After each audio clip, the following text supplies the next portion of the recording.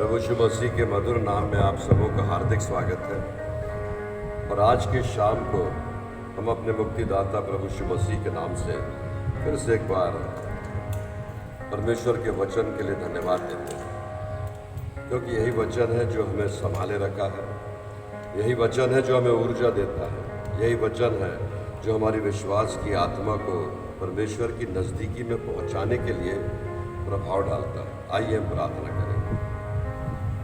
प्यारे पिता परमेश्वर, आपको हृदय से धन्यवाद कि इस माह के प्रथम दिन में पिता परमेश्वर हम सब एक बार इस FB लाइव पर जो भी इसे सुन रहा है, जो इसे देख रहा है, आपके पवित्र मधुर नाम में उनके लिए आशीष और कल्याण चाहते हैं। और आपके वचन से जो सहायता हमें मिली है, हम सामूहिक रूप से प्रभु एक मन और एकचित्त होकर के आपको धन्यवाद देते हैं, क्योंकि आपने कहा है कि जब तक हम इस दुनिया में हैं हम आपकी महिमा करते रहें, हम आपके आदर में एकत्र होते रहें, हम आपके वचन को पढ़ते पढ़ाते रहें, सुनते सुनाते रहें और फैलाने का प्रयास करें। पिता परमेश्वर, बीज बोने वाला निर्बलता से बीज बोता है, लेकिन उस बीज में आपकी सामर्थ प्रकट होती है जब वो फलवंत होता है, अंकुरित होता है।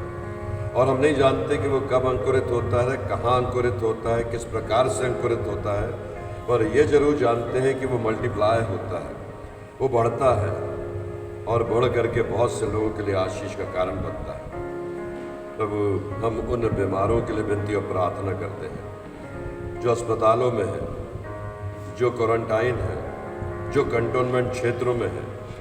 ये संख्या भारतवर्ष की जो बढ़ते चली जा रही है, जो कोरोना वायरस का एक विकराल रूप हमारे देश के सामने खड़ा है, और ये मजबूरी है कि लॉकडाउन को खोल दिया गया है। लेकिन धन्यवादी हैं कि पवित्र विश्रामवार के दिन को पवित्र मानने के लिए हमें फिर एक मौका मिला है कि हम सब सामूहिक रूप से प्रभु यीशु मसीह आपको धन्यवाद दें। और जब ये गोल्डन एजेस, सुनहरा अवसर हमें मिला है, तो हम उसे प्राप्त करके उसमें आगे बढ़ने के लिए तैयार हैं।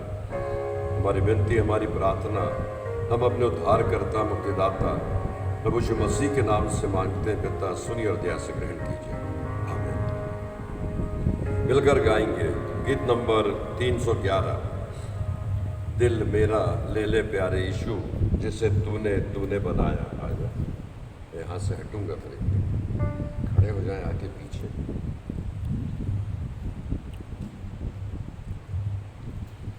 गीत नंबर 311।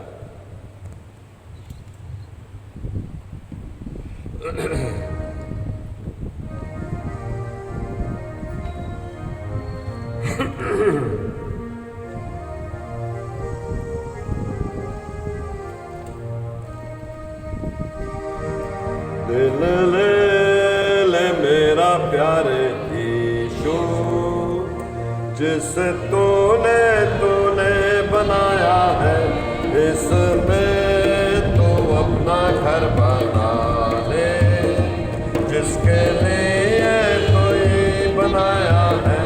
दिल मेरा ले ले प्यारे यीशु, जिसे तूने तूने बनाया है। दुनिया की सब चीजें निकाल कर इसे पाक और साफ तो कर। दुनिया की सब चीजें निकाल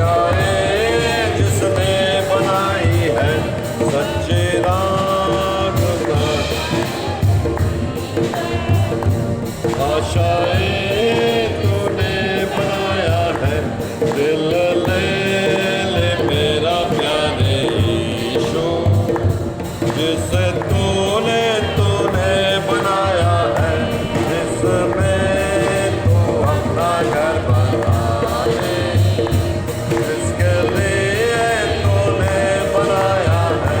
दिल ले ले मेरा प्यारे यीशु, जिसे तूने तूने बनाया है। कई साल मैं रहा तुझसे दूर,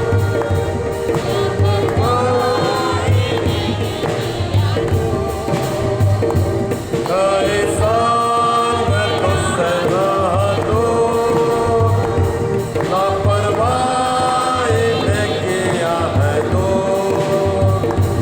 दया प्रेम अनुग्रह की आशीष से धीरज रख के तूने बनाया है। दया प्रेम अनुग्रह की आशीष से बनाया है।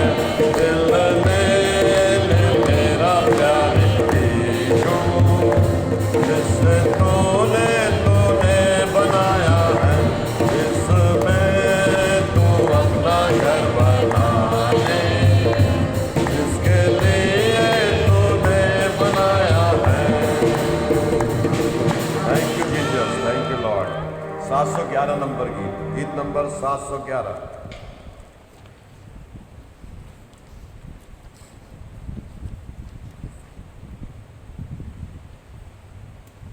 शून्य से लेकर तूने मुझे, शून्य से लेकर तूने मुझे।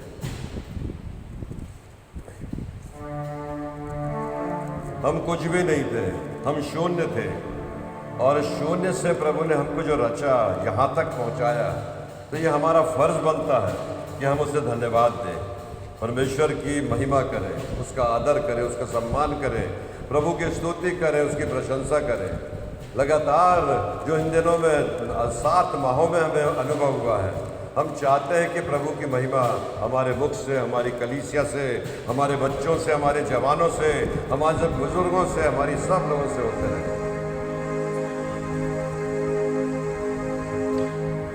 शून्य से लेकर तूने मुझे सच दिया अपने ही दोस्त से, दुनिया अपने दिल से मुझे दिया पुत्र हमने मुक्ति के लिए। अनोखा प्यार है तेरा, करूँगा स्तुति तेरी मैं सर्वदा। अनोखा प्यार है तेरा, करूँगा स्तुति तेरी मैं सर्वदा। अन्य जल और सभी आशीषें दी मुझे तूने भरपूर से, आंसू और सब मुसीबतों में थे, आके पुतले जैसे संभाला मुझे। इसको फिर से रिपीट कीजिए। अन्न जल और सभी आशीषें दी मुझे तूने भरपूर से, आंसू और सब मुसीबतों से, आके पुतले जैसे संभाला मुझे। जोर से गाइए। अनोखा प्यार है तेरा, करूँगा स्तुति तेरी मैं सर्वदा। अनोखा प्यार है तेरा, करूँगा स्तुति तेरी मैं सर्वदा।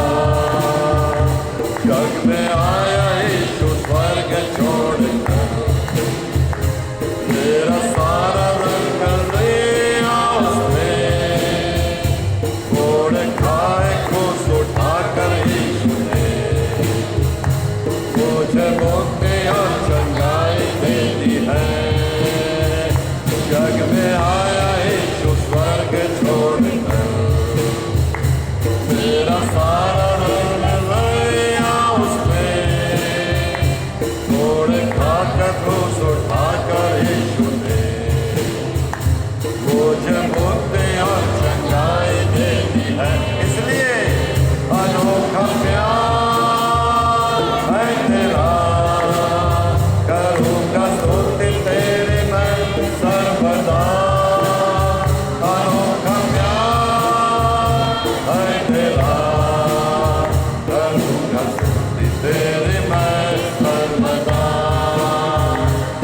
शून्य से लेकर तूने मुझे रच लिया नहीं वो तुझसे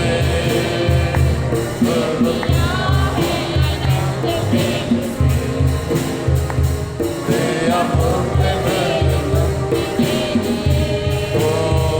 अनोखा प्यार है तेरा करूँगा स्तुति तेरी मैं सर्वदा अनोखा प्यार है तेरा करूँगा स्तुति तेरी मैं सर्वदा। Thank you Jesus, thank you Lord.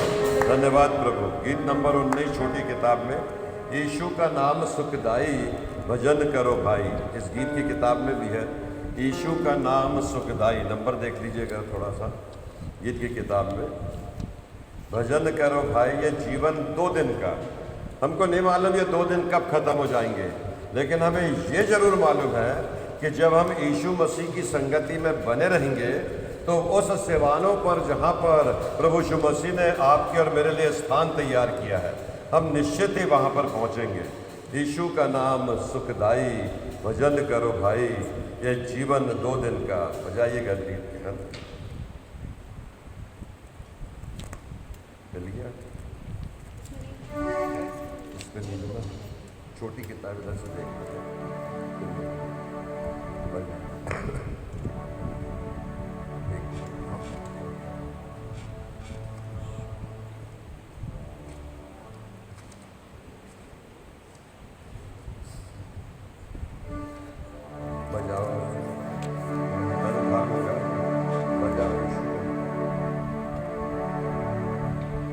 यीशु का नाम सुखदाई भजन करो भाई, ये जीवन 2 दिन का।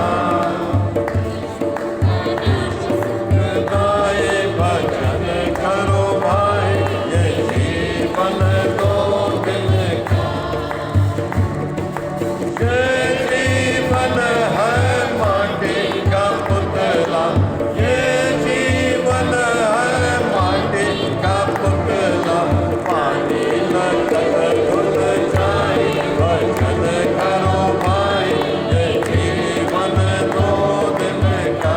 ओ यीशु का नाम सुखदाई भजन करो भाई, ये जीवन 2 दिन का। ये जीवन है चंदन की लकड़ी, ये जीवन है चंदन की लकड़ी, आग लगकर जल जाए भजन करो भाई, ये जीवन 2 दिन का। इसी को रिपीट किया, आग लगकर जल जाए भजन करो भाई, ये जीवन 2 दिन का। ओ यीशु का नाम सुखदाई भजन करो भाई, ये जीवन 2 दिन का। ये जीवन है घास का दिन का, ये जीवन है घास का दिन का, अम्ब लगकर मुरझाए भजन करो भाई, ये जीवन 2 दिन का। धूप लगकर मुरझाए भजन करो भाई, ये जीवन 2 दिन का। यीशु का नाम सुखदाई भजन करो भाई, ये जीवन 2 दिन का। प्रेरितों काम रिपीट करा, प्रेरितों का विश्वास वचन। हम सब एक साथ मिलकर प्रेरितों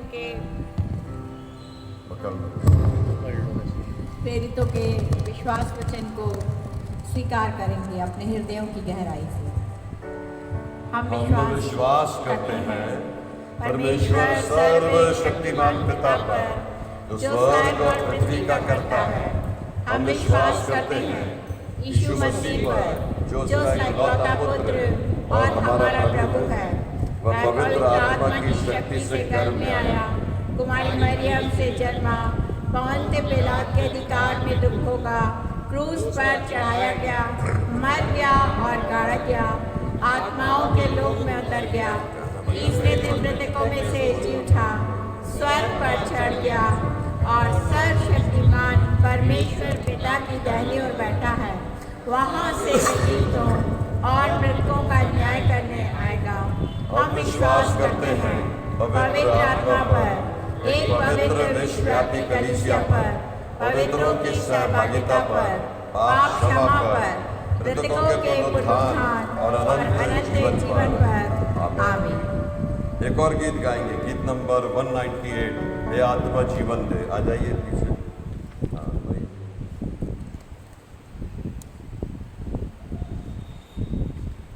वन आईने, हे आत्मा जीवन दे, मन मेरा नया कर। हम अपनी आत्मा में नया जीवन मांगे और हमारे मन को नया करने के लिए हम प्रार्थना कर रहे हैं। Without the changes of our own life, अगर हम अपने जीवन के परिवर्तन में नहीं जा रहे हैं, हो सकता है कि हमारे जीवन में कठिनाइयां हो। हे आत्मा जीवन दे, मन मेरा नया कर। मैं चाहूं वो जो तू चाहे और बनो आलोचन। हे आत्मा जीवन दे,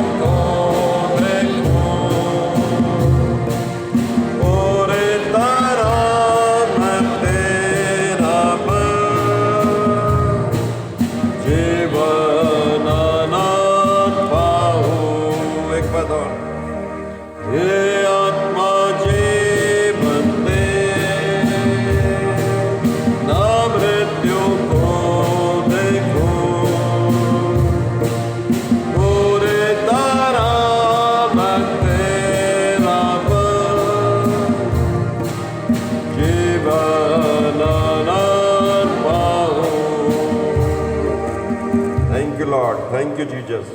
धन्यवाद पिता आपका, महिमा प्रभु आपकी, आदर प्रभु आपका।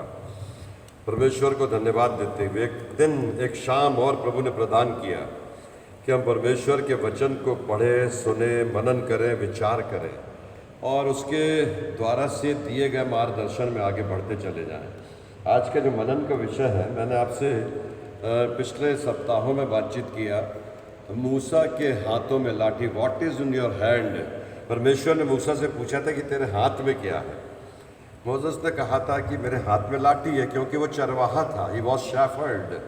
वो भेड़ बकरियों को चराता था और चराने वाले के हाथ में बंदूक नहीं होती, तोप नहीं होता, गोले नहीं होते या कोई और प्रकार के संसाधन नहीं होते, लेकिन उसके हाथ में होती है तो लाठी।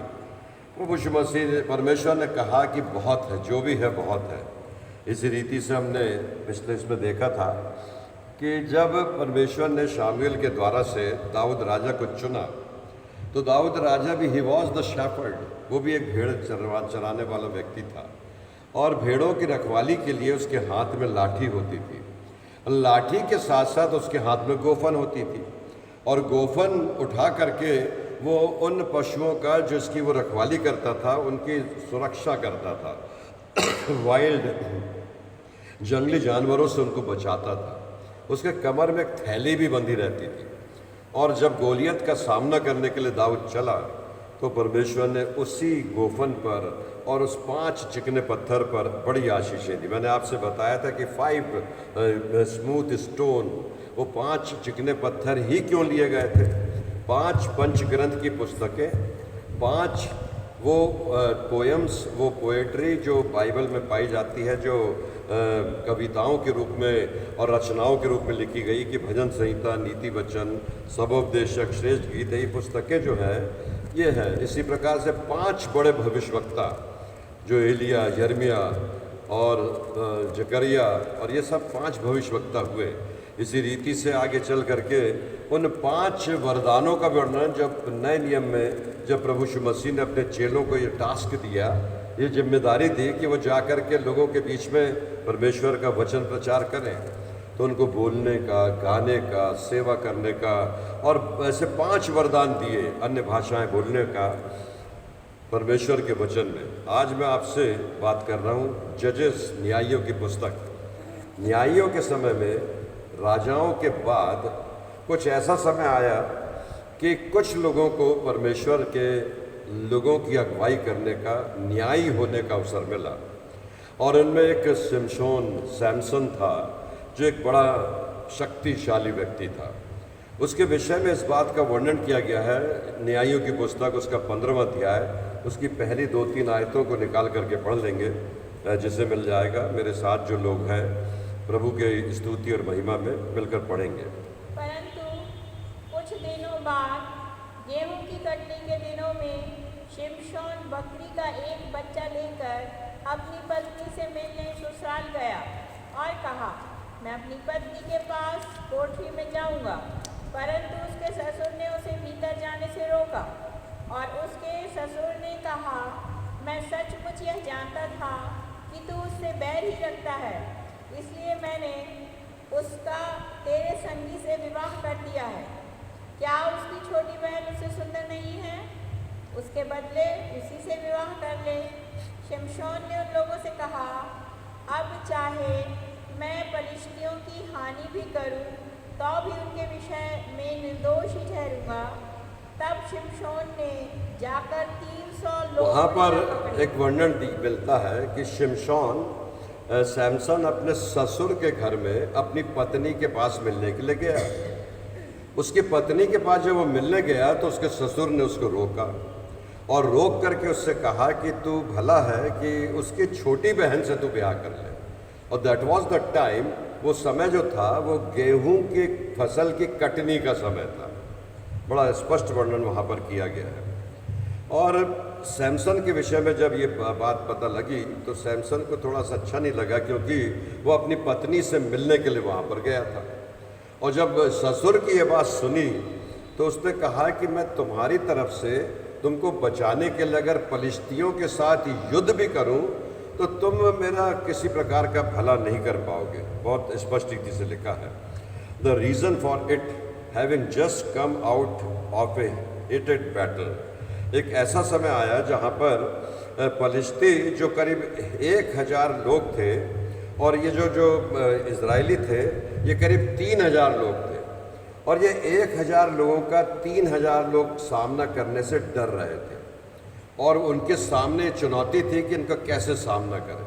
उस समय में शिमशोन सैमसन वहाँ पर गए, और जब उसके ससुर ने इस प्रकार की बात बोला तो शिमशोन को वहाँ पर उस पलिश्तियों का जो झुंड दिखाई दिया, तो उसने सोचा कि अगर मैं इनको पराजित कर दूंगा तो हो सकता है मेरे ससुर के मन में कोई अच्छी बात आ जाए और मुझे अपनी पत्नी को ले जाने के लिए दे सके।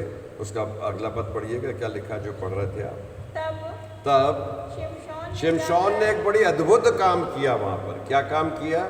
उसने 300 लोमड़ियाँ को पकड़ा, और 300 लोमड़ियों की पूंछ में कपड़ा लपेट कर जो भी करके उनके पूंछ में आग लगा दी, और आग ऐसी लगाया कि वो घबरा गए, भागने लगे। इसको उन्होंने पलिश्तियों के ऊपर छोड़ दिया, और जब देखे पलिश्तियों ने कि 3 बड़ी मशालें जलती हुई उनकी तरफ आ रही, तो उन्होंने सोचा कि ये तो सेना आ रही है, और सेना के डर के मारे ये पलिश्ती जो 1000 थे, जो बड़े बलशाली थे, बड़े शक्तिशाली थे, वो वहाँ से निकल के भाग गए। आगे पढ़िए क्या हुआ। और मशाल लेकर 2-2 लोमड़ियों की पूंछ एक साथ बांध उनकी पूंछ को बांधा और एक एक मशाल उनकी पूंछ में लगा दिया। फिर तब मशालों में आग लगाकर उसने लोमड़ियों को पलिश्तियों के खड़े खेतों में छोड़ दिया। हाँ, और फूलों के ढेर वरन खड़े खेत और जैतून की बारियां भी जल गईं। तब पलिश्ती पूछने लगे, यह किसने किया है? तब पलिश्ती पूछने लगे कि ये किसने किया, ये अचानक से ऐसा हमला जो हम पर हुआ, ये ऐसे बड़ी चतुराई से जो हम पर हमला हुआ और हम डर गए, भाग गए, ये किसने किया? पढ़िए। लोगों ने कहा उस तिमनी के दामाद हाँ, शिमोन ने उस किया तिमनी के दामाद शिमोन ने है। यह इसलिए किया कि उसके ससुर ने उसकी पत्नी का उसकी संगी से विवाह कर दिया।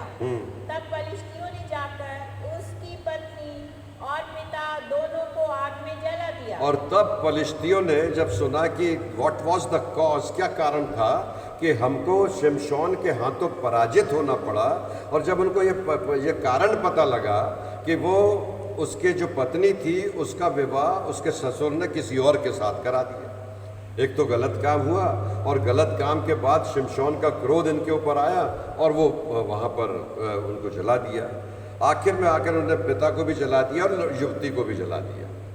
परमेश्वर के वचन में लिखा है, शिमशोन एक शक्तिशाली व्यक्ति के रूप में उभर करके आया था, यहाँ तक परमेश्वर का साथ उसके साथ नहीं था, क्योंकि वो अपने आप को बलशाली समझता था। शिमशोन का जो जन्म हुआ था तो उसकी माता से परमेश्वर के दूत ने बोला था कि तेरे गर्भ में एक ऐसा बेटा उत्पन्न होगा, जो उत्पन्न होने के साथ तू एक काम करना कि उसकी जो शक्ति होगी उसके बालों में होगी, तो उसके सिर पर कभी उस्तरा मत फिरने देना, और वो नाज़र कहलाएगा, और नाज़र कहला करके वो इजराइलियों का और उनके लोगों का छुटकारे का कारण बनेगा।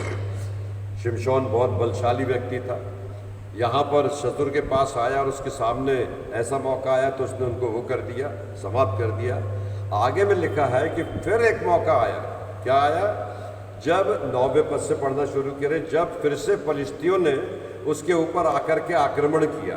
पढ़िएगा। तब पलिश्तियों ने हाँ, चढ़ाई करके यहूदा देश में डेरे खड़े तब पलिश्तियों ने चढ़ाई करके यहूदा देश में डेरे खड़े किए और लही में फैल गए। तब यहूदी मनुष्यों ने हाँ, उनसे पूछा, तुम हम पर क्यों चढ़ाई करते हो? तुम हम पर क्यों चढ़ाई करते हो? उन्होंने उत्तर दिया, हाँ, शिमशोन को बांधने के लिए चढ़ाई करते हैं। शिमशोन को बांधने के लिए हम तुम्हारे ऊपर चढ़ाई कर रहे हैं, क्योंकि इसने 300 लोमड़ियों को बड़ी चतुराई के साथ हमारे ऊपर भेजा और हमको पराजित कर दिया। हम नहीं चाहते कि हम पराजित हो, हम चाहते हैं कि उसको सर्वनाश कर दे। आगे पढ़िए। कि जैसा उसने हमसे किया, जैसा इसने हमसे किया है वैसा ही हम भी उससे करें। वैसा ही हम भी उसके साथ वैसा ही बर्ताव करना चाहते हैं, और वो चाहते हैं कि हम उसके साथ उसका बदला ले लें। आगे पढ़िए। तब 3000 यहूदी पुरुष तब 3000 यहूदी पुरुष एताम नामक चट्टान की दरार में जाकर शिमोन से कहने लगे, एताम नामक जो चट्टान है उसमें जाकर के शिमोन से कहने लगे, क्या तू नहीं जानता हाँ, कि पलिश्ती हम पर प्रभुता करते हैं? हाँ, फिर तूने हमसे ऐसा क्यों किया? हाँ, उसने उनसे कहा, जैसा उन्होंने मुझसे किया था वैसा ही मैंने भी उनसे किया है। हाँ, उन्होंने उससे कहा, हम तुझे बांधकर पलिश्तियों के हाथ में कर देने के लिए आए हैं। शिमोन ने उनसे कहा, मुझसे यह शपथ खाओ हाँ, कि तुम मुझ पर प्रहार न करो। उन्होंने कहा, ऐसा न होगा, हम तुझे बांधकर उनके हाथ में कर देंगे। यहाँ पर साफ लिखा हुआ है, एक मिनट,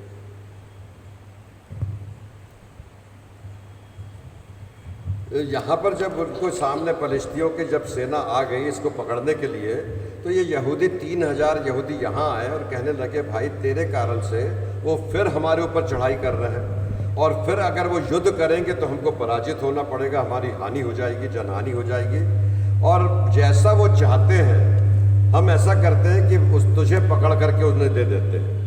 तब शिमशोन ने कहा, ठीक है, अगर तुम अपने आप को बचाना चाहते और मुझे पकड़वाना चाहते हो तो एक काम करो कि मुझे पकड़ना, पर मेरी कोई हानि मत करना, मुझ पर प्रहार मत करना, मुझ पर अटैक मत करना, मुझे कमजोर मत करना, बस कुछ मत करो तो मुझे बांधो और ले जा करके फलिश्तियों के हाथों में कर दो।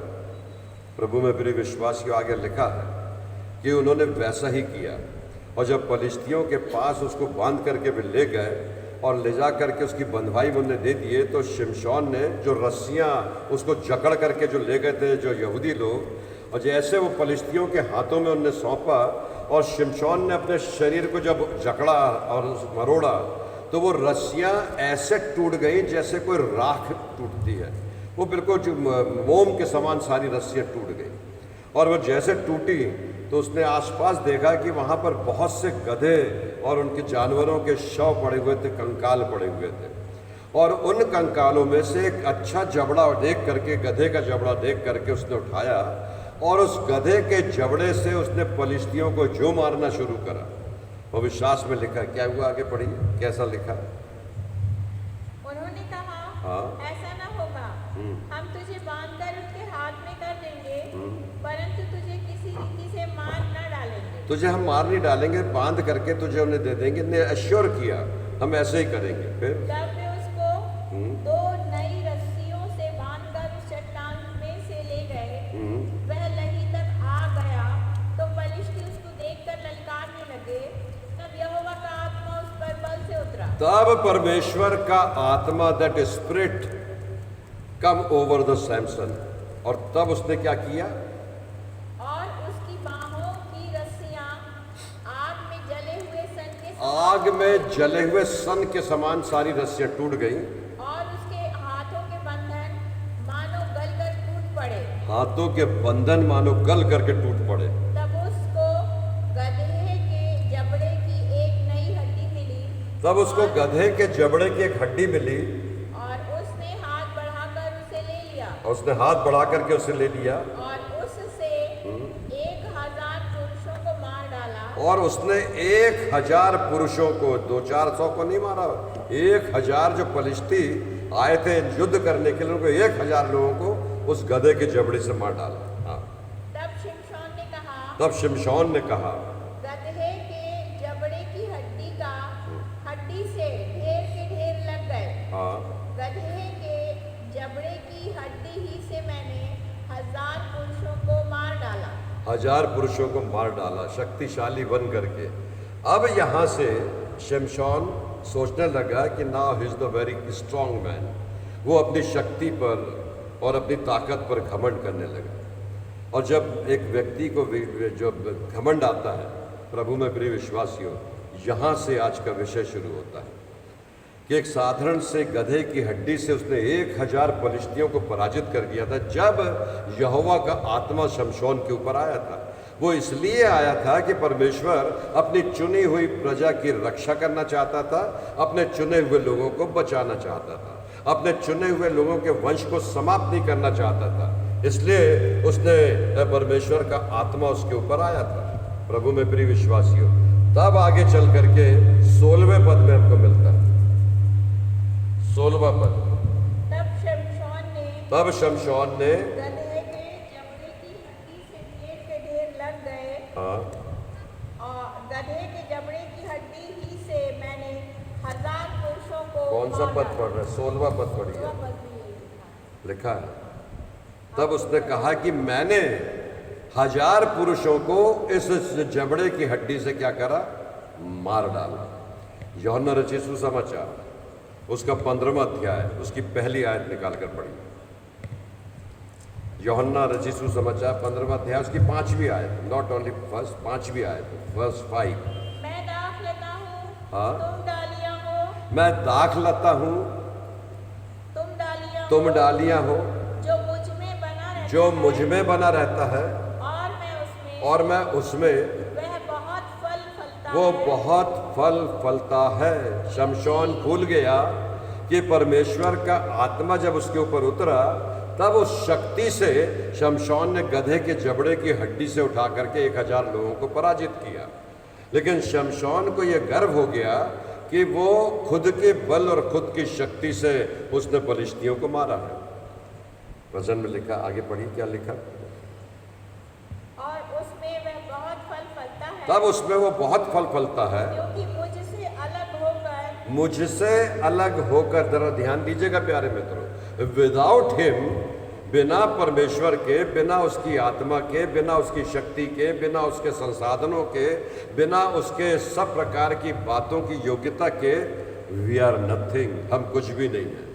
परमेश्वर का वचन इसी बात को, हम कितने भी बलशाली हो जाए, कितने भी शक्तिशाली हो जाए, कितने भी धनाढ्य हो जाएं, कितने भी संसाधनों के मालिक बन जाएं, कितने भी संसार के, कितनी भी धन संपत्ति और शक्ति और सब कुछ प्राप्त कर लें, उपाधियां प्राप्त कर लें, डिग्रीज प्राप्त कर लें, पद प्राप्त कर लें, लेकिन परमेश्वर का वचन कहता है जो मुझ में बना रहता है उसमें मैं बना रहता हूँ, बिना वो मेरे किसी भी प्रकार के आगे नहीं बढ़ सकता। न्यायियों की पुस्तक हम जो 15वां अध्याय पढ़ रहे थे, 16वीं आयत हो गई थी, 17वीं आयत पढ़ी है। शिमशोन के जीवन में अब क्या हुआ देखिए। जब वह ऐसा कह चुका, तब उसने जबड़े की हड्डी फेंक दी, हाँ, और उस स्थान का नाम रमत लही रखा। उसने रमत लही रखा। तब उसको बड़ी प्यास लगी। तब उसको बड़ी प्यास लगी। The jaw of donkey. दो बातें प्यारे मित्रों, जो ग्रीक भाषा है उसमें जो जॉ है वो डिस्कवर्ड किया गया है। जो जॉ और लेही जो वहाँ का स्थान था, वो ट्रांसलेट द सेम वर्ड, दोनों का अर्थ जो है वो करीब करीब एक है। इब्रानी भाषा का जो वर्ड है jaw and the word of लेही, और इस बात के लिए बताया गया डिसाइडेड टू गिव सैमसन, वहाँ पर जॉ बोन, जो जबड़े की हड्डी थी, शमशून ने जिससे लोगों को मारा था, यहाँ पर अब लिखा है कि यहाँ पर शमशोन को प्यास लगी, और वो इतना जबरदस्त प्यासा हो गया कि उसकी बॉडी डिहाइड्रेट हो गई। आज की वर्तमान की चिकित्सीय भाषा में उसके शरीर से इतना पसीना निकल चुका था, उसकी बॉडी इतनी डिहाइड्रेट हो गई थी कि वो प्यास से तड़पने लगा। आगे पढ़िए क्या हुआ। तब उसने यहोवा को पुकार कर कहा। यहाँ तक तो सोच रहा था कि मैंने शक्तिशाली होकर के बल से केवल जबड़े से 1000 लोगों को मार दिया, भगा दिया, लेकिन जहाँ प्यास लगी और प्यास से वो तड़पने लगा, क्योंकि वो वहाँ पर उस स्थान पर, उस पहाड़ पर कोई जल का साधन नहीं था, पानी उपलब्ध नहीं था, कोई जल का सोता नहीं था, और दूर दूर तक पानी के प्राप्त होने की कोई वहाँ पर संभावनाएं नहीं दिख रही थी। तब उसने क्या किया,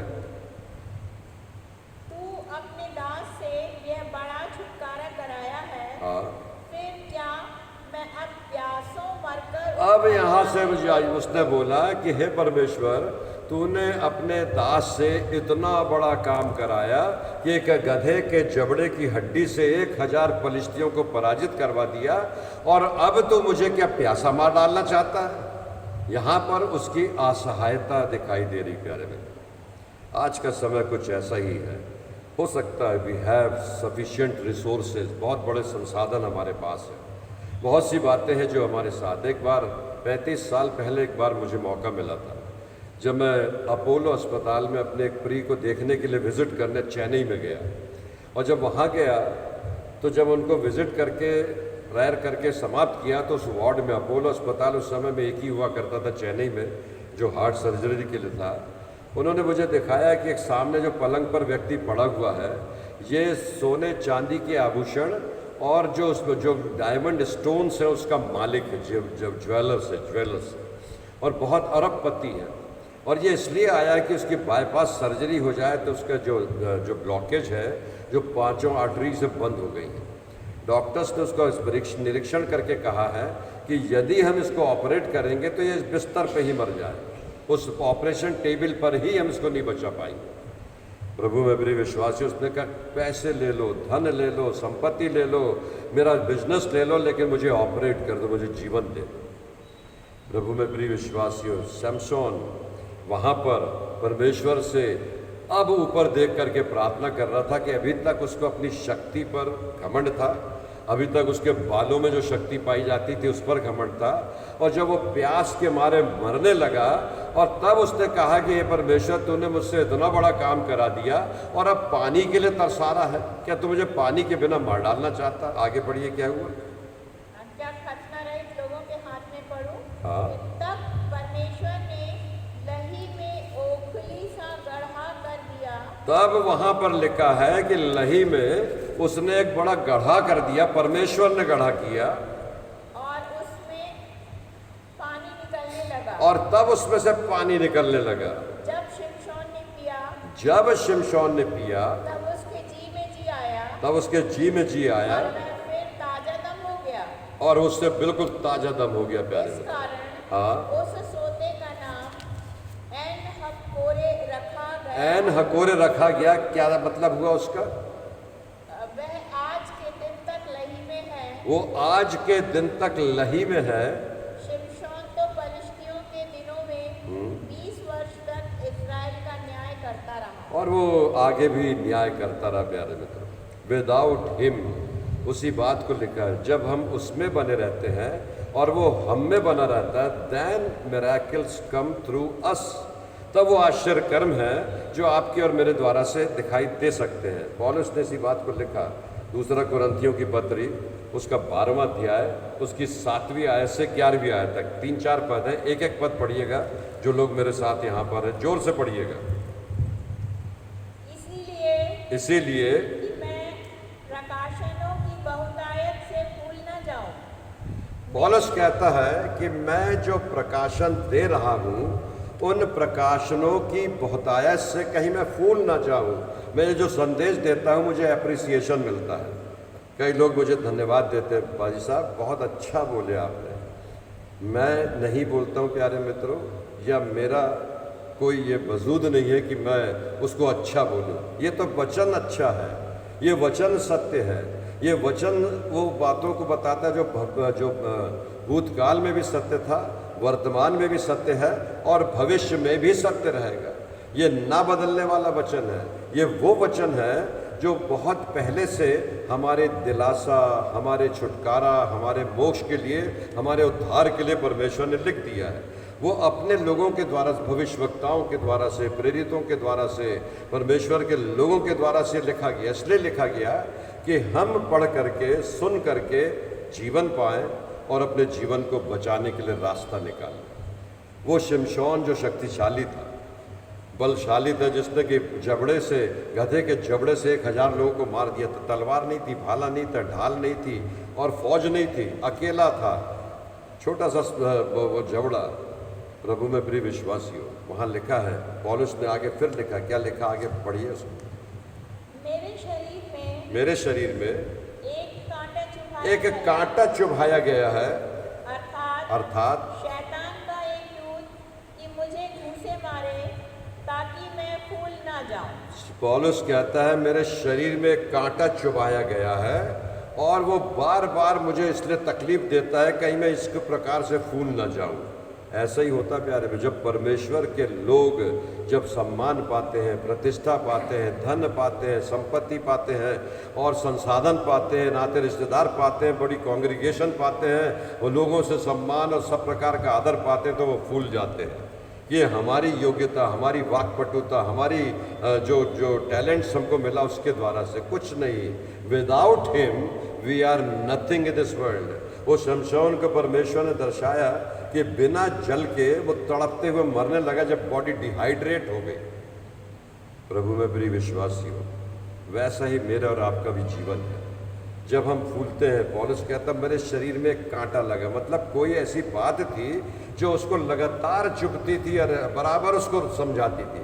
वैसा मेरे और आपके जीवन में जो परमेश्वर का काम करते हैं उनके जीवन में भी ऐसे कांटे लगे हुए हैं कि हम फूल ना जाएं, हम बड़े अहंकार में ना पड़ जाए। इसलिए वो नम्र और दीन बनाने के लिए, हमको कमज़ोर, हमको नतमस्तक करने के लिए वो हमको तैयार करता है। प्रभु यीशु मसीह ने अपने चेलों से कहा था कि तुम इस बात पर वाद विवाद कर रहे थे कि तुम में से बड़ा कौन। जो तुम में नेतृत्व करना चाहे पहले वो सेवक बने और सेवक बन करके परमेश्वर के कामों के लिए अपने आप को दीन करे, नम्र करे, झुकना सीखे, सुनना सीखे, धैर्य सीखे, संयम सीखे, तब जाकर के परमेश्वर के काम की सेवा कर सकता है। आगे पढ़िए क्या लिखा था। इसके विषय में हाँ, मैंने प्रभु से 3 बार विनती की। इसके विषय में मैंने इस कांटे को निकालने के विषय में प्रभु से 3 बार विनती किया कि मुझसे यह दूर हो जाए। ये कांटा निकल जाए प्रभु। ये बुराई जो प्रभु से तंगाती रहती है, वैसे ही है प्यारे मित्रों। जब शिमशोन दलीला की गोद में गया, शिमशोन को जो शक्ति मिली थी वो एक महिला के कारण से वो शक्ति एक बार जाती रही थी। दलीला ने उसको एक बार समझाया, 2 बार समझाया, उसको मदिरा पिलाया, उसको दाखरस पिलाया, बोली बता शिमशोन तेरे शक्ति का राज क्या है, बता शिमशोन तेरी ताकत का राज क्या है, बता शिमशोन तू क्यों ऐसा नाजिर है। वो कई बार 2, 3, 4 बार उसको गुमराह करता रहा, झूठ बोलता रहा, लेकिन आखिर एक दिन उसको मदहोश करके उसने उसकी ताकत का राज पूछा। और जब राज पूछा और जब उसने राज बताया कि मेरी शक्ति मेरे बालों में है, तो उसने उसे इतनी मदिरा पिलाई कि वो बेहोश हो गया। और जब वो बेहोश हो गया तो उसने अपने साथियों को बुलाई और उससे कहा कि पहले इसके बाल कतर दो। भविष्य शास्त्र में लिखा है प्यारे मित्रों, जब वो उठा और देखा कि उसके पूरे शरीर को रस्सियों से बांध दिया गया, जकड़ दिया गया और उसको खंबे से बांध दिया गया। शिमशोन ने सोचा ये रस्सी, ये खंबा, अभी तो मैं ताकत से ऐसा झड़कूंगा, ऐसा करूंगा तो ये रस्सी जो है वो आग में जली हुई सन के समान टूट जाएगी। उसको मालूम था कि मैं ऐसा करता हूँ तो रस्सी टूट जाती है, मैं ऐसा करती हूँ कि बहुत ताकतवर था। और जैसे उसने रस्सी को तोड़ना चाहा तब पता लगा कि उसकी ताकत तो जाती रही प्यारे मित्रों, उसको पता ही नहीं। अभी उसका हाथ बंधा हुआ था, इसके उसको ना आईना था और ये नहीं मालूम पड़ रहा था कि वो उसके सिर के जो बाल हैं, जो ताकत है वो जा चुकी है। लेकिन जब वो रस्सी को नहीं तोड़ पाया तब उसको महसूस हुआ कि उसकी ताकत चली गई है। हो सकता है परमेश्वर के लोगों की ताकत, दाऊद पौलुस कहता है मेरे शरीर में एक कांटा चुभा हुआ है जो बार बार मुझे उस बात के लिए कमज़ोर करता है, सिखाता है कि कहीं मैं फूल ना जाऊं, मैं घमंड से इतना ना हो जाऊं और अपने कि मेरे कारण से ऐसा होता है। नहीं, without him we are nothing in this world. आगे पढ़िए। और उसने मुझसे कहा मेरा अनुग्रह तेरे लिए बहुत है, माई ग्रेस इज सफिशिएंट फॉर दी। मेरा अनुग्रह तेरे लिए बहुत है, his grace is sufficient for दी। अगर उसका अनुग्रह ना हो तो मैं खड़ा होकर के प्रचार नहीं कर सकता, उसका अनुग्रह ना हो तो यह कलीसिया संगठित नहीं रह सकती, उसका अनुग्रह ना हो तो सैपी से परमेश्वर का वचन कोने कोने तक नहीं पहुंच सकता। The grace is sufficient for दी। जब पौलुस को यह अनुभव हो गया तब उसने ये लिखा प्यारे मित्रों कि अगर उसका अनुग्रह नहीं है तो we are nothing in this world. आगे पढ़िए। क्योंकि मेरी सामर्थ, मेरी ताकत, मेरी बुद्धि, मेरा बोलना, मेरा चलना, मेरा फिरना, मेरे संसाधन, मेरे रिसोर्सेज, मेरी धन, मेरी संपत्ति, मेरी पत्नी, मेरे बच्चे, मेरी कलीसिया, मेरी संस्था, ये सब जो है वो परमेश्वर की ओर से। आगे पढ़िए।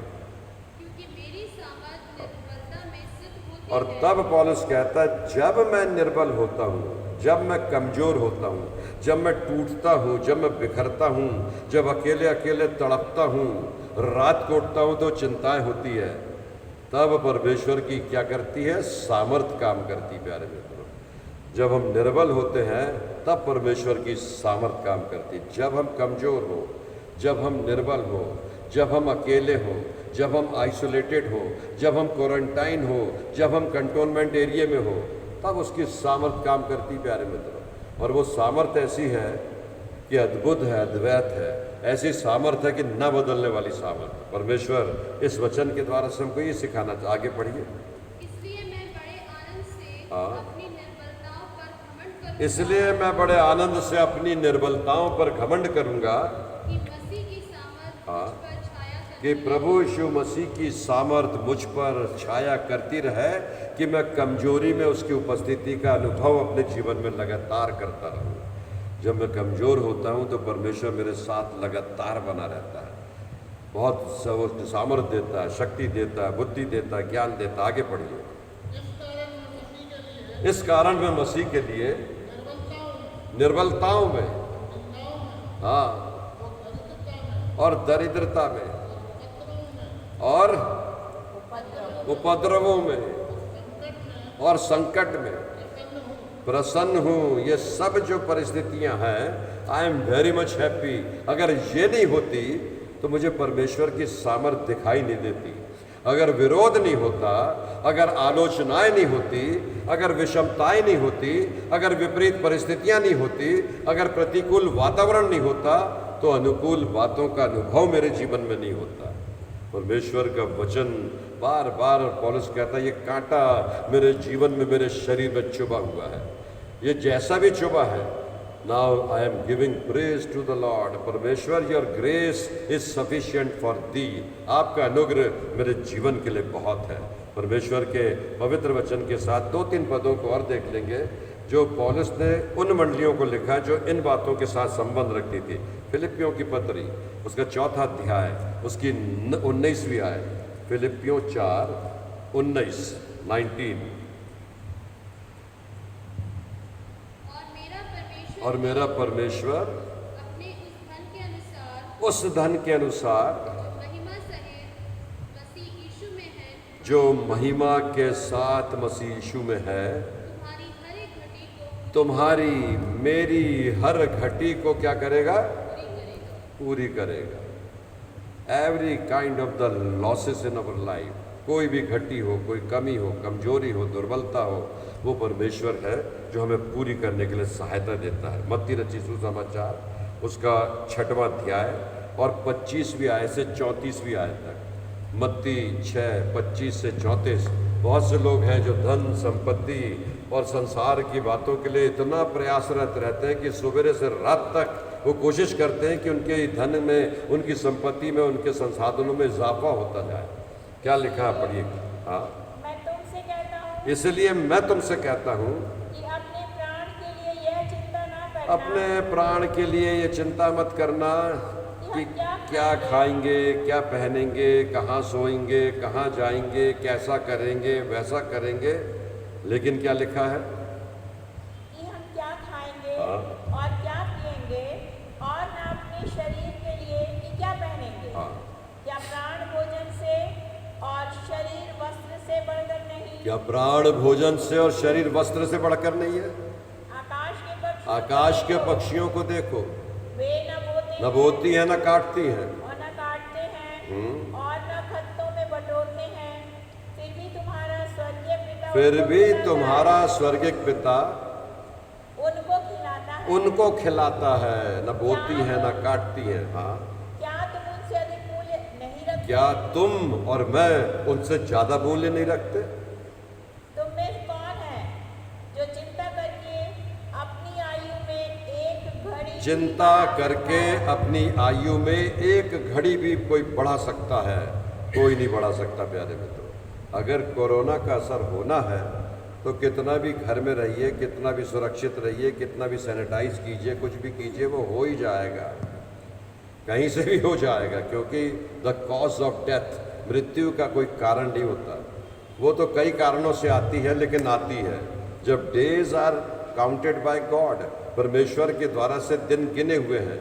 लेकिन वो प्रिकॉशन लेने के लिए कहता है, संभलने के लिए कहता है, संभालने के लिए कहता है, लेकिन उसको धन्यवाद देने के लिए ना भूलें, क्योंकि वही है जो हमें सब बातों की सुविधा देता। बोला, क्या 2 पैसे में गौरैया नहीं बिकती?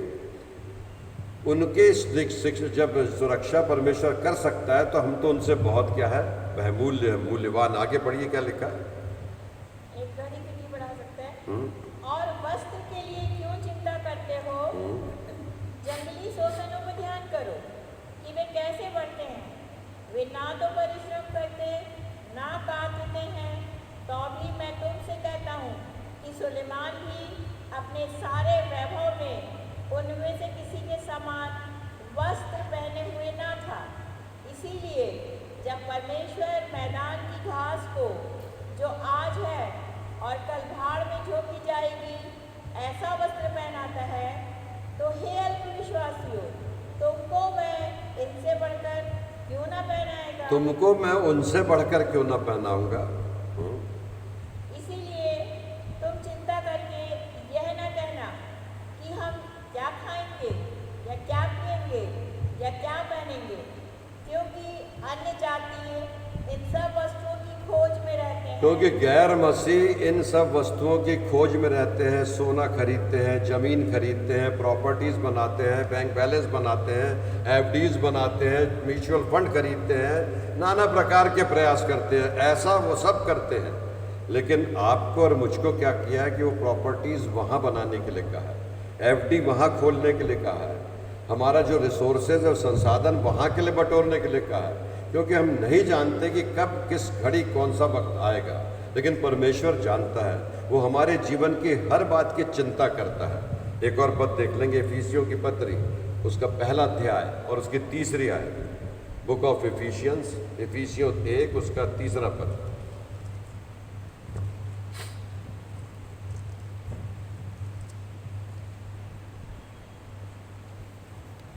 हमारे प्रभु यीशु मसीह के परमेश्वर और पिता का धन्यवाद हो कि उसने हमें मसीह में स्वर्गीय स्थानों में सब प्रकार की परमेश्वर को मसीह यीशु में धन्यवाद दो, क्योंकि उसने हमें स्वर्गीय हेवनली जो दायित्व है, जो धन है, उसे एकत्र करने के लिए कहा है।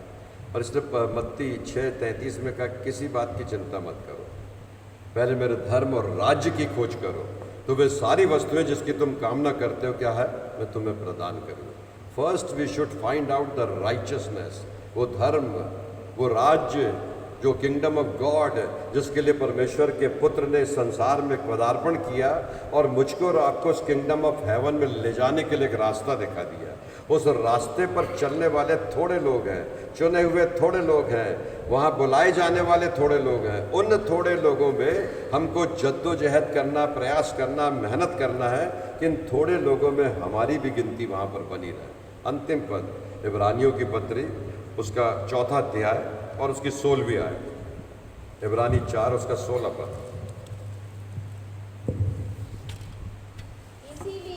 इसीलिए आओ हम अनुग्रह के सिंहासन के निकट हियाव बांधकर चले कि हम पर दया हो और वह अनुग्रह पाए जो आवश्यकता के समय हमारी सहायता करे।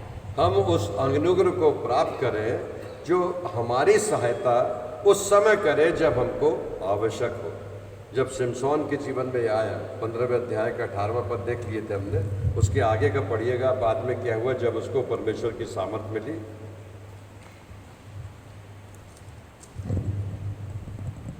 19वां और 20वां पद पढ़िएगा 15वें अध्याय।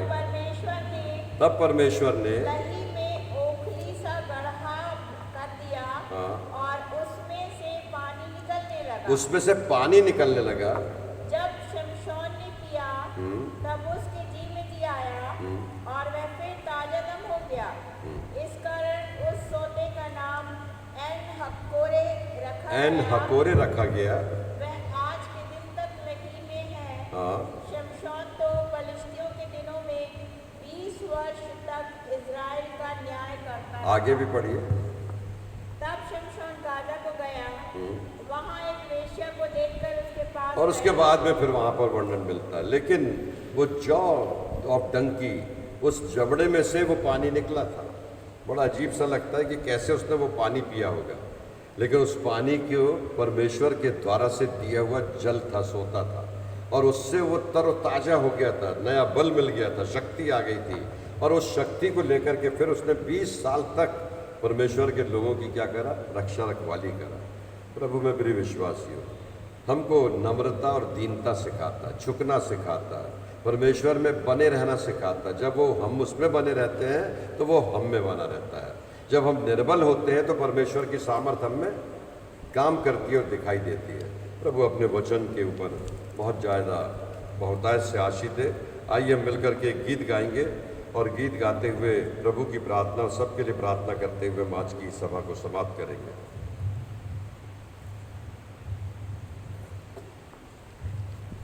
यीशु मसीह रोगियों को चंगा करे, छोटी किताब में गीत नंबर 24 है, गीत की किताब में देख लेंगे। यीशु मसीह 500 नंबर के गीत है, 500 नंबर गीत की किताब में। यीशु मसीह रोगियों को चंगा करे, ड्रम बजाएंगे तो बचेगा। 501 है शायद। अच्छा,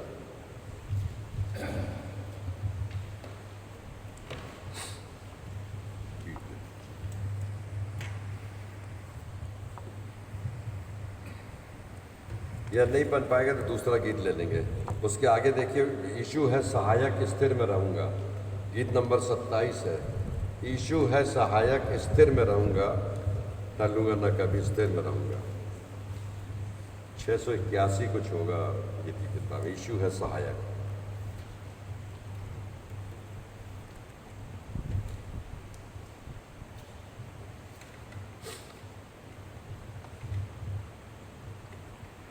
thank you Jesus, thank you lord. प्रभु आपकी महिमा हो, प्रभु आपका आदर हो। आज तक के दिन तक प्रभु ने हमारी अगुवाई की है। हम एफबी लाइव पर लगातार प्रभु की संगति में आगे बढ़ते रहे। यीशु है सहायक, यीशु है सहायक, स्थिर में रहूंगा, न करूंगा त्याग और स्थिर में रहूंगा। जैसे कि पेड़ जो जल से सींचा जाता, स्थिर में रहूंगा। चलूंगा न कभी, कभी नहीं मैं, हिलूंगा न कभी, कभी नहीं मैं। जैसे कि पेड़ जो जल से सींचा जाता, स्थिर में रहूंगा। कृपा तेरे आसपास स्थिर में रहूंगा, आनंद तेरे प्यार पर स्थिर में रहूंगा। जैसे कि पेड़ जो जल से सींचा जाता, स्थिर में रहूंगा। ओ डालूंगा न कभी, कभी नहीं मैं, हिलूंगा न कभी, कभी नहीं मैं। जैसे कि पेड़ जो जल से सींचा जाता, स्थिर में रहूंगा। भक्तों संग चलूंगा, स्थिर में रहूंगा। भटकों को फिर लाऊंगा, स्थिर में रहूंगा। जैसे कि पेड़ जो जल से सींचा जाता, स्थिर में रहूंगा। चलूंगा न कभी, कभी नहीं मैं, हिलूंगा न कभी, कभी नहीं मैं। जैसे कि पेड़ जो जल से सींचा जाता, स्थिर में रहूंगा।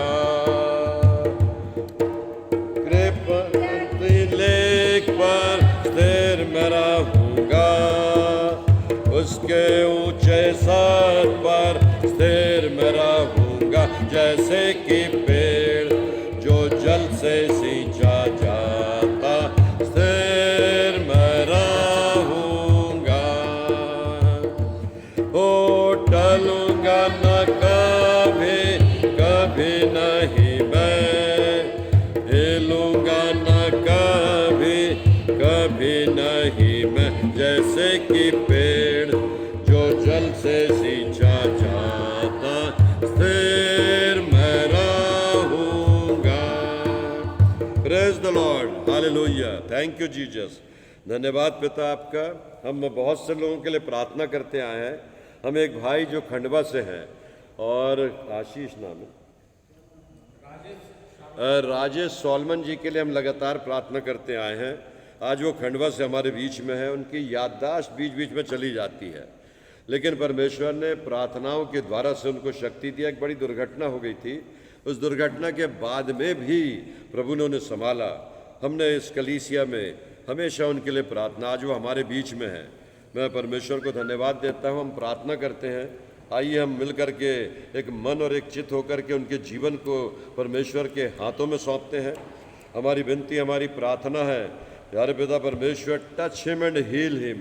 उनकी जो मानसिक दशा है, शारीरिक दशा है, या जो भी बातें हैं, कमजोरी है, जो नर्वस सिस्टम है, यार पिता परमेश्वर आप उन्हें छू करके अपनी चंगाई दीजिए, अपनी आशीष दीजिए, अपना चंगाकारी हाथ उनके जीवन पर रखा बनाइए, ताकि वह पूर्ण रीति से स्वस्थ हो सके, आज वो खुद चल करके इस भवन में आए हैं प्रभु, और आपके परमेश्वर के पवित्र वचन की संगति में उन्होंने शिमशोन के उस आश्चर्य कर्म को अपने जीवन में सुना है। प्यारे पिता परमेश्वर, शिलो के कुंड के पास जो 38 वर्ष का बीमार था, और जब वो पड़ा हुआ था कोई पानी हिलता था तो उठाने वाले लोग नहीं थे, प्रभु यीशु मसीह आपने उसे कहा उठ और चल फिर। प्यारे पिता परमेश्वर, इस रीति से हम मांगते भाई सॉलमन को छू के चंगाई दीजिए। प्यारे पिता परमेश्वर, विली नथानियल को छू करके चंगाई दीजिए। प्यारे पिता परमेश्वर, विनती और प्रार्थना है हमारे जो बुजुर्गवार हैं, प्राचीन लोग हैं, mister Mrs Washington George, mister Mrs SC. Lal, mister and Mrs Crozier, mister and Mrs Spencer, mister and Mrs स्वरूप, मिस्टर एंड मिसेस पिता परमेश्वर जो भाई वाई.पी. सिंह, मिस्टर बख्श और मिसेस ए.जे. मसीह, मिसेस नथानियल, इनको छू करके पवित्र चंगाई दीजिए लॉर्ड जीसस। हम आपसे विनती और प्रार्थना करते कि हमने मांगा और आपने सुना, और आपने स्वर्ग के भंडार खोल करके इन प्रार्थनाओं का उत्तर दिया है। लाखों लाख धन्यवाद। हमारी विनती प्रार्थना बहन एलिशिबा लाल के लिए प्रभु टूटने और बिखरने से संभाल लीजिएगा। दिया को और प्यारे बेटे को आपके हाथों में सौंपते, प्रिया के साथ होइएगा। जो रुके हुए काम हैं, उस बेटी के विवाह के लिए अमित के जाने से पहले इस परिवार ने निर्णय लिया था, प्रभु लॉकडाउन खुलने के बाद रास्ता निकालिए कि हम उस बेटी का विवाह कर सकें। हमारे बच्चे जो विवाह के लिए उम्र हो गई है, प्यारे पिता परमेश्वर, वर और वधू नहीं मिल रहे हैं। हमारी विनती और प्रार्थना लॉर्ड जीसस, रास्ता दिखाइए कि हम अपने बच्चों का विवाह कर सकें। हमारे शरीर की दुर्बलता को दूर कीजिए, उस कांटे को जो हमारे शरीर पर छुपा हुआ है, जो हमारे जीवन को हमेशा प्रताड़ित करता है। जब भी हम प्रभु आपका वचन प्रचार करके लौटते हैं, पहुंचते हैं, तो विपरीत दशा शैतान क्रिएट कर देता है और इतना हतोत्साह कर देता है, डिप्रेस कर देता है, और ऐसी ऐसी परीक्षाएं लेता है प्रभु कि फिर से वापस खड़ा होना बड़ा कठिन जान पड़ता है। लेकिन प्यारे पिता परमेश्वर, आज तक आपने संभाला है, आगे की परिस्थितियों को भी प्रभु आपके हाथों में सौंपते। इस लॉकडाउन 4 के खुलने के बाद हृदय से धन्यवाद देते हैं प्रभु कि आपने हमारी कलीसिया के प्राचीनों को संभाला, पंचायत के सदस्यों को संभाला। हम धन्यवाद देते हैं मिस्टर मिसेस निरंजन दास के लिए, मिस्टर मिसेस डब्ल्यू थॉमस के लिए, मिस्टर मिसेस आशीष नॉड और महिमा नॉड के लिए धन्यवाद देते हैं पिता परमेश्वर। हम भाई जोनाथन सिंह और उनकी पत्नी के लिए धन्यवाद देते हैं, भाई सुबन सोना और उनके परिवार के लिए धन्यवाद देते हैं, मिस्टर कुशल स्वरूप और उनके परिवार के लिए धन्यवाद देते हैं, श्रीमती मार्टिन, अमन मार्टिन, मोशे कुमार, नेहा कुमार, जेम्स मसीह, इंदु मसीह और पिता परमेश्वर भाई सुभाष सिंह और उनका सारा घराना, भाई शशिकांत और उनका परिवार। प्यारे पिता परमेश्वर, सारे लोग आपके पवित्र हाथों से संभाले गए हैं। धन्यवाद, धन्यवाद और धन्यवाद आपका। प्यारे पिता परमेश्वर, हमारे बिशप महोदय के लिए, काउंसिल के सदस्यों के लिए, सारे पासवानों के लिए, छिंदवाड़ा, बैतूल, सागर, शहडोल, पाडर और इटारसी और सारणी और अमलई और अनूपपुर और मनेंद्रगढ़, सारी कलीसियाओं को प्रभु आपके हाथों में सौंप दे। रायपुर की कलीसिया, ग्वालियर की कलीसिया, प्रभु आशीष दीजिएगा। प्यारे पिता परमेश्वर, जब हम इस इतवार को आपके भवन में आते हैं तो बहुत उत्साह से आए प्रभु, क्योंकि आपने द्वार खोल दिया है, आपने हमें जीवन दिया है, आपने हमें सांसें दी हैं, आपने हमें जल दिया है, आपने हमें संसाधन दिए हैं। उनको धन्यवाद देने के लिए लाए। हमारी विनती प्रार्थना को सुनकर उत्तर देने के लिए धन्यवाद। ये विनती प्रार्थना यीशु मसीह के नाम से मांगते, इसलिए सुनिए और दया से ग्रहण कीजिए। आमीन। परमेश्वर को धन्यवाद कि उसने हमें मौका दिया कि एक शाम आपको फिर से हम मिल सके हैं। धन्यवाद, इन दिनों में श्री जसवंत राव जी को प्रभु ने अपने पास बुलाने में प्रसन्नता जाहिर किया। वे करीब 81 वर्ष की आयु के थे। कल हमने उनके घर में तीसरे दिन की प्रार्थना मीटिंग किए। वहाँ पर सबनानी परिवार और बहुत से सिंधी समाज के परिवार की महिलाएं थीं, जिन्होंने बड़े आदर के साथ प्रभु यीशु मसीह के रिजरेक्शन के बारे में सुना और परमेश्वर के लोगों को धन्यवाद दिया कि बाइबल मृत्यु के बाद के विषय में क्या कहती है। धन्यवाद उन दानों के लिए, भाई सुरेंद्र पीटर, उनकी पत्नी रेणुका पीटर, जिन्होंने धन्यवादी दान दिया। आदरणीय श्री एस.सी. लाल, उनकी धर्म पत्नी, धन्यवाद उनका कि वे बुजुर्ग प्राचीन जिन्होंने 5,000 का धन्यवादी दान भेजा और अपने प्रेम को प्रकट किया। महावारी दान, Shri D K. Alexander, Shri S C. Lal, इन सारे परिवारों से लगातार इन दिनों में जो दान आए, प्रभु आपके परिवारों को बहुतायत से आशीष दे और निरंतर अपनी संगति में बनाए रखे। शोकित घराने में श्री आशीष नॉड, महिमा नॉड, नमिता पानी और Jonathan Singh, mister Mrs DK. Alexander, इन्होंने उस शोकित घराने में भोजन की व्यवस्था की और हम सब 3 दिन ही प्रार्थना में शामिल हो सके। मैं आप सबों को धन्यवाद देता हूं जो शोकित घराने की सुधि लेते हैं। धन्यवाद देता हूं जो वहां पर उपस्थित हुए। धन्यवाद देता हूं परमेश्वर को कि इन दिनों में, कठिन घड़ियों में परमेश्वर ने हमें संभाला है। बहुत से लोग इन दिनों में नहीं रहे, बहुत से लोग इन दिनों में बीमार हुए, बहुत से लोग इन दिनों में शोकित हुए, बहुत से लोग इन दिनों में दुखित हुए, लेकिन परमेश्वर को धन्यवाद दीजिए कि इन दुख और कठिन घड़ी में भी उन परिवारों को परमेश्वर ने संभाला है। आप जहाँ भी हैं, जैसे भी हैं, हमेशा we should give thanks to the lord. धन्यवाद दें प्रभु को कि इन दिनों में जो भी अनुभव हुए हैं, हम उन अनुभवों के साथ परमेश्वर की संगति में निरंतर आगे बढ़ते चले जाएं, शैतान के बंधन से मुक्त होकर उसको पराजित करके, क्योंकि विक्टोरियस लाइफ प्रभु यीशु मसीह ने हमको विजयी मसीह जीवन दिया है। वो चाहता है कि हम आगे बढ़ते चले जाएं, रुकावटों को, व्यवधानों को पार करते हुए। प्रभु आप सबों को बहुतायत से आशीष दे। बृहस्पतिवार को FB लाइव पर हम ऐसे ही मिलेंगे, लेकिन इस रविवार सुबह प्रातःकाल 10 बजे की आराधना में आप सबों को मैं आमंत्रित करता हूं। बिना विघ्न, बिना बाधा, बिना रुकावट के प्रभु के पास आइए और प्रभु को धन्यवाद दीजिए। जय मसीह की।